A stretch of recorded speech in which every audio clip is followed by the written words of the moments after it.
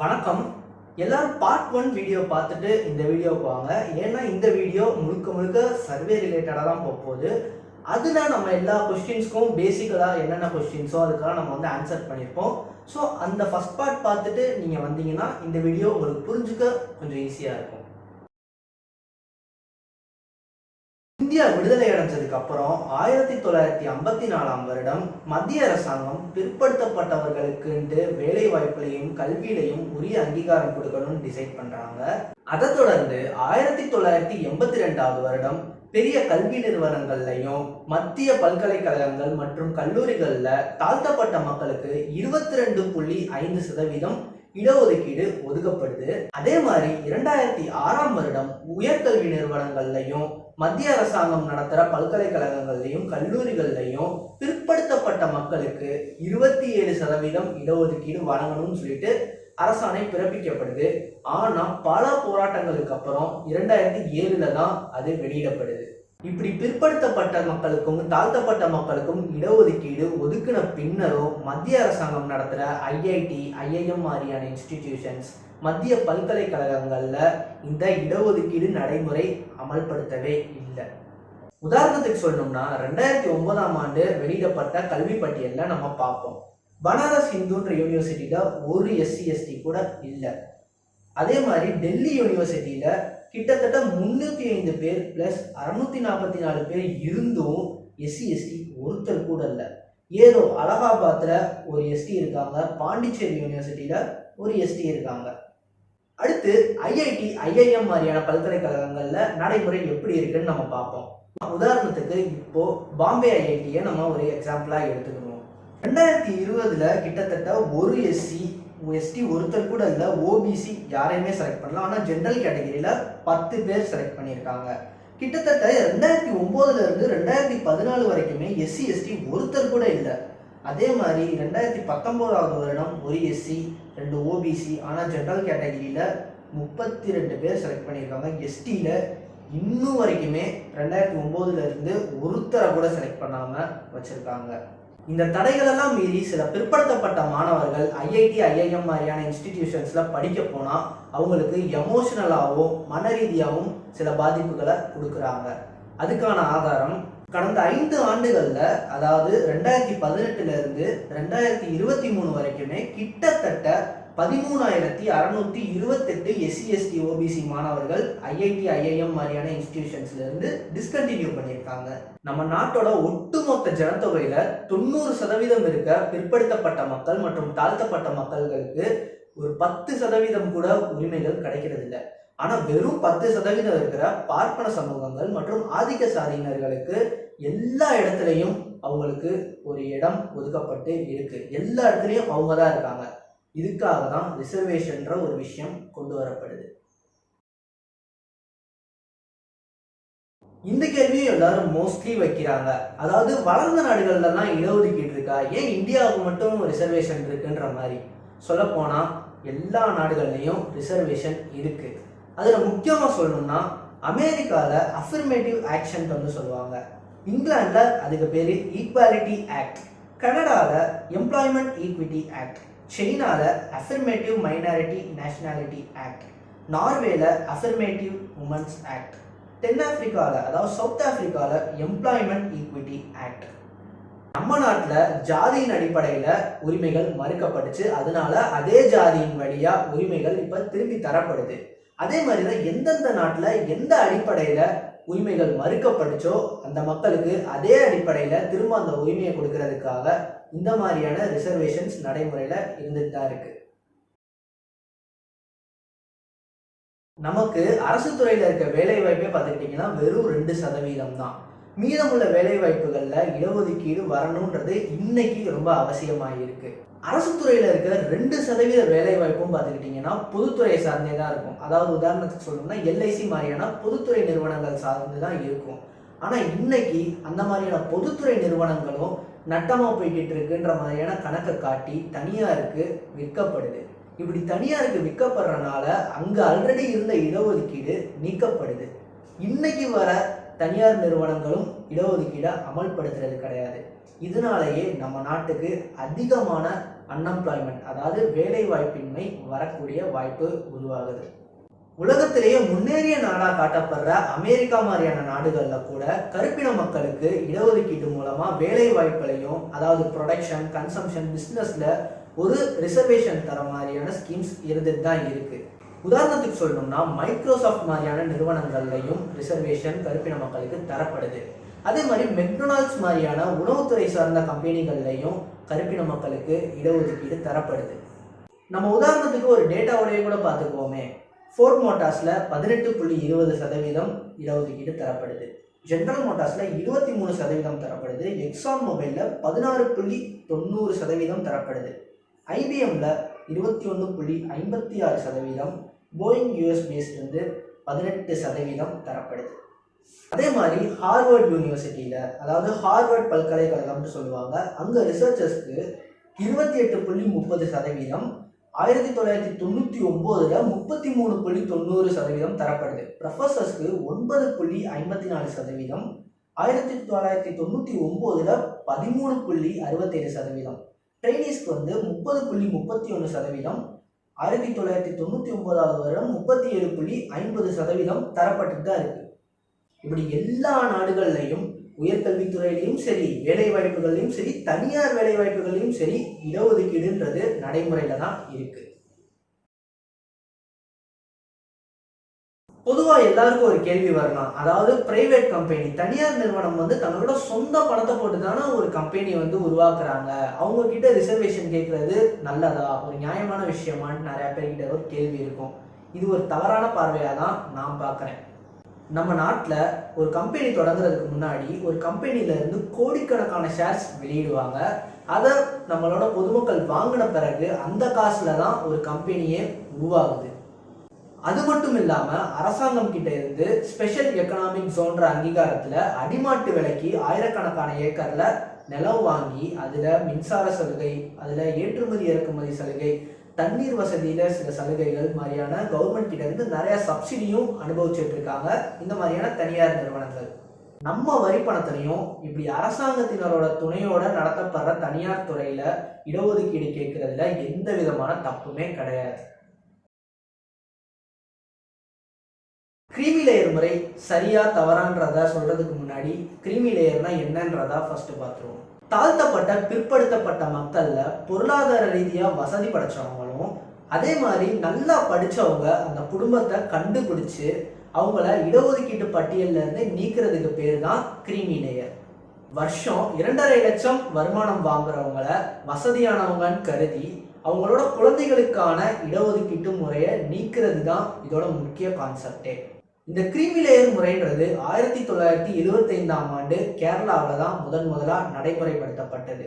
இதை ஃபர்ஸ்ட் நடைமுறைப்படுத்தியவர் நீதிபதி VR கிருஷ்ணய்யர். மத்திய அரசாங்கம் ஆண்டுதோறும் 2.5 லட்சம் வருமானம் வாங்குறவங்கள தான் ஃபர்ஸ்ட் அடிப்படையாக வச்சிருந்தாங்க. அப்புறம் அது 6 லட்சமா மாறிச்சு, இன்னைக்கு 8 லட்சமா இருக்கு. விடுதலை அடைஞ்சவனே முன்னாடியே சொன்ன மாதிரி 22.5% இடஒதுக்கீடு தாழ்த்தப்பட்டவர்களுக்கு ஒதுக்கப்பட்டுச்சு. ஆனா அதுல 10% கூட நிரப்பப்படலை. அதே மாதிரி 27% இடஒதுக்கீடு பிற்படுத்தப்பட்ட சமூகத்தினர்களுக்கு ஒதுக்கப்பட்டுச்சு. ஆனா அதுல ஒரு 5% கூட நிரப்பப்படலை. இப்படி இடஒதுக்கீடு இருந்தும் அந்த சமூகத்துல இருக்க மக்களுக்கு வெறும் 1%மோ 5%மோ தான் வேலை வாய்ப்பும் கல்வியும் கிடைச்சிக்கிட்டு இருக்கு. அந்த இருக்க 1%த்தையும் நீக்கணுன்றதுக்காக கொண்டு வரப்பட்ட முறை தான் இந்த கிரீமி லேயர் முறைன்றது. இந்த கிரீமி லேயர் முறைன்றது எந்த விதத்துல லாஜிக்கா அமையும்ட்டு எனக்கு தெரியலைங்க. உதாரணத்துக்கு நம்ம எடுத்துக்குவோமே, இன்னைக்கு ஒரு உயரிய சமூகத்தை சேர்ந்தவர்கள் தான் எல்லா பதவியிலையும் எல்லா எஜுகேஷனல் இன்ஸ்டிடியூஷன்ஸ்லையும் இருக்காங்க. நம்ம வேணா ஒரு கிரீமி லேயர் சட்டம் போடுவோம். இவ்வளோ வளர்ந்தா நீங்க அனுபவிச்சிட்டீங்கல்ல, இனிமேல் இந்த மாதிரியான முன்னேறிய சமூகத்தினர்கள் எந்த பதவியிலையும் எந்த படிப்புலையும் இருக்கக்கூடாதுன்ட்டு ஒரு கிரீமி லேயர் போடுவோம். ஒட்டுதில்ல லாஜிக்கா? அப்படி போட்டால் நல்லா இருக்கும். வர்ணாசிரம தர்மப்படி பிராமணன், வைஷ்யன், சத்திரியன், சூத்திரன்ட்டு தான் பிரிக்கப்பட்டிருக்கு. அதாவது பிரம்மாவோட தலையில பிறந்தவங்க பிராமணர்கள், காலில் பிறந்தவங்க சூத்திரர்கள்ன்ற மாதிரியான நடைமுறை தான் இன்னைக்கு வரைக்கும் இருக்கிறதா நான் பார்க்குறேன். அதே மாதிரி பிறவியின் அடிப்படையில் பிராமணர்கள் தான் உயர்ந்தவங்கன்ற மாதிரியான அரசியல் சட்டமைப்பு இன்னைக்கு வரைக்கும் இருந்துட்டு தான் இருக்கு. பிராமண ஆதிக்கம்ன்றது இன்னைக்கு பன்னாட்டு நிறுவனங்கள்லையா இருக்கட்டும், அரசியல் துறையிலையா இருக்கட்டும், நீதித்துறையிலையா இருக்கட்டும், ஊடகத்துறையிலையா இருக்கட்டும், எல்லா இடங்கள்லையும் பிராமணர்களோட ஆதிக்கம் இருந்துகிட்டே தான் இருக்கு. அதை நம்ம இப்போ ஒரு ஆதாரத்தோட பார்த்துருவோம். ஃபர்ஸ்ட் நம்ம நீதித்துறையில பிராமணர்களோட ஆதிக்கம் மற்றும் உயர் சாதியினர்களோட ஆதிக்கம் எப்படி இருக்குன்றத நம்ம பார்ப்போம். கடந்த 5 ஆண்டுகள், அதாவது 2018 இருந்து 2023 வரைக்குமே கிட்டத்தட்ட 650 நீதிபதிகள் நியமனம் பண்ணியிருக்காங்க.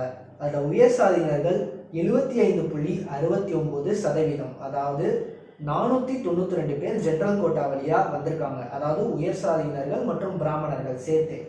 அடுத்து ஓபிசி பிரிவில் நம்ம பார்த்துக்கிட்டோம்னா 11.7% தான், அதாவது 76 பேர் தான். எஸ்சி பிரிவில் 3.54%, 23 பேர் தான். எஸ்டி பிரிவில் 1.54% தான், அதுவும் வெறும் 10 பேர். அதே சிறுபான்மையினர் எடுத்துக்கிட்டோம்னா 5.54%, அதாவது 36 பேர். அதே மாதிரி எந்த கேட்டகரியிலையும் வராதவங்க வெறும் 13 பேர் தான் அலோகேட் ஆயிருக்காங்க. கடந்த 5 வருஷமா தான் இந்த மாதிரியான பார்ப்பன ஆதிக்கம் இருக்கான்னு கேட்டுக்கிட்டீங்கன்னா இல்லை, அது காலம் காலமாக தான் இருக்கு. உதாரணத்துக்கு 2011ஆம் ஆண்டு எடுக்கப்பட்ட சர்வேவை நம்ம பார்ப்போம். இந்தியா முழுக்க 21 உயர்நீதிமன்றங்கள் இருக்கு. அதுல 14 உயர்நீதிமன்றங்கள்ல தாழ்த்தப்பட்ட பழங்குடியினத்தை சேர்ந்த ஒரு நீதிபதி கூட இல்லை. அதுவும் சுதந்திரம் கிடைச்சு 59 ஆண்டுகள், அதாவது கிட்டத்தட்ட 2007ஆம் ஆண்டு தான் ஒரு தாழ்த்தப்பட்டவர் நீதிபதியா நியமிக்கப்படுறாரு. ஆனா எல்லா விஷயத்திலையும் சிறப்பா செயல்படுற தமிழ்நாடு 1973ஆம் ஆண்டே ஒரு தாழ்த்தப்பட்டவரை நீதிபதியா அமர்த்திட்டாங்க. அவர் பேரு ஆ வரதராஜன்.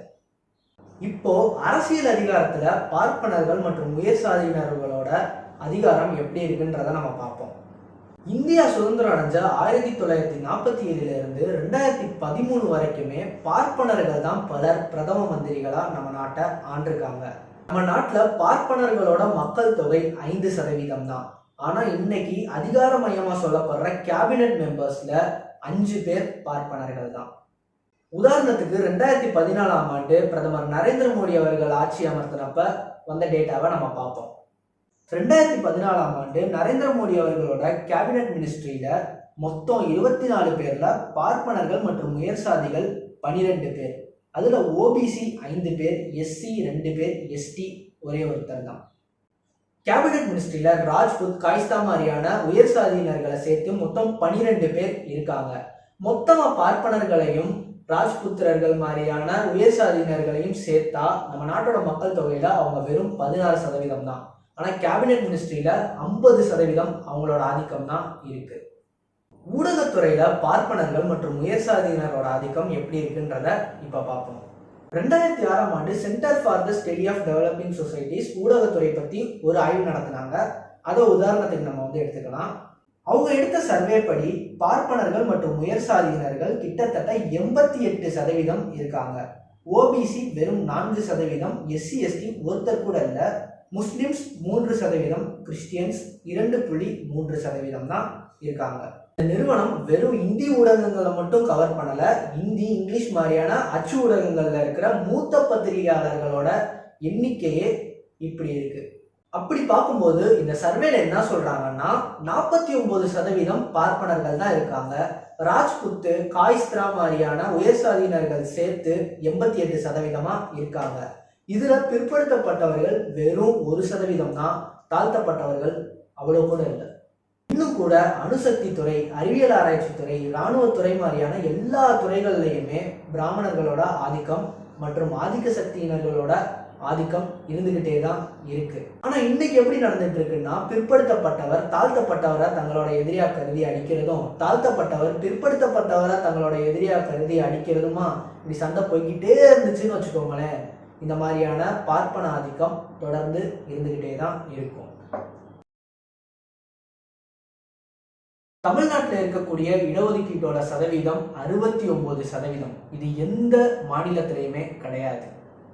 அது எப்படி பிரிக்கப்பட்டிருக்குன்னா, பிற்படுத்தப்பட்டவர்கள் பிசி அவங்களுக்கு 26.5%, பிற்படுத்தப்பட்ட இஸ்லாமியர்களுக்கு அதாவது பிசி முஸ்லிம்ஸ் அவங்களுக்கு 3.5%, மிகவும் பிற்படுத்தப்பட்டவர்கள் எம்பிசி அவங்களுக்கு 20%, பட்டியல் சாதியினர் எஸ்சி அவங்களுக்கு 15%, அருந்ததியர்களுக்கு அதாவது எஸ்சின்னு சொல்லுவாங்க, அவங்களுக்கு வந்து 3%, பட்டியல் பழங்குடியினர்கள் அதாவது எஸ்டி அவங்களுக்கு 1% இடஒதுக்கீடு பிரிக்கப்பட்டிருக்கு. ஆனால் இந்த ஆதிக்க சாதியினர்களாலையும் சில பார்ப்பனிய சக்திகளாலையும் இந்த 69% இடஒதுக்கீடு முழுமையாக நடைமுறைப்படுத்தப்பட முடியலை. உயர் நீதிமன்றங்களும் இதுக்கு இடையூறா நிறைய விஷயங்கள் இன்னைக்கு வரைக்கும் பண்ணிட்டு தான் இருக்காங்க. இன்னைக்கு ரிசர்வேஷனோட அருமை புரியாம, அதை பத்தின சரியான புரிதல் இல்லாம, அரசியல் லாபத்துக்காக பிற்படுத்தப்பட்ட சமூகத்தை சேர்ந்த தேவேந்திர குல வேளாளர்கள், அருந்ததியர்கள், அதே மாதிரி பிற்படுத்தப்பட்ட சமூகத்தினர் கூட ரிசர்வேஷனை எதிர்த்து பேசுறத நம்மளால பார்க்க முடியுது. இன்னைக்கு ரிசர்வேஷனை எதிர்க்கிற சமூகம்னா பார்ப்பன சமூகம் தான்.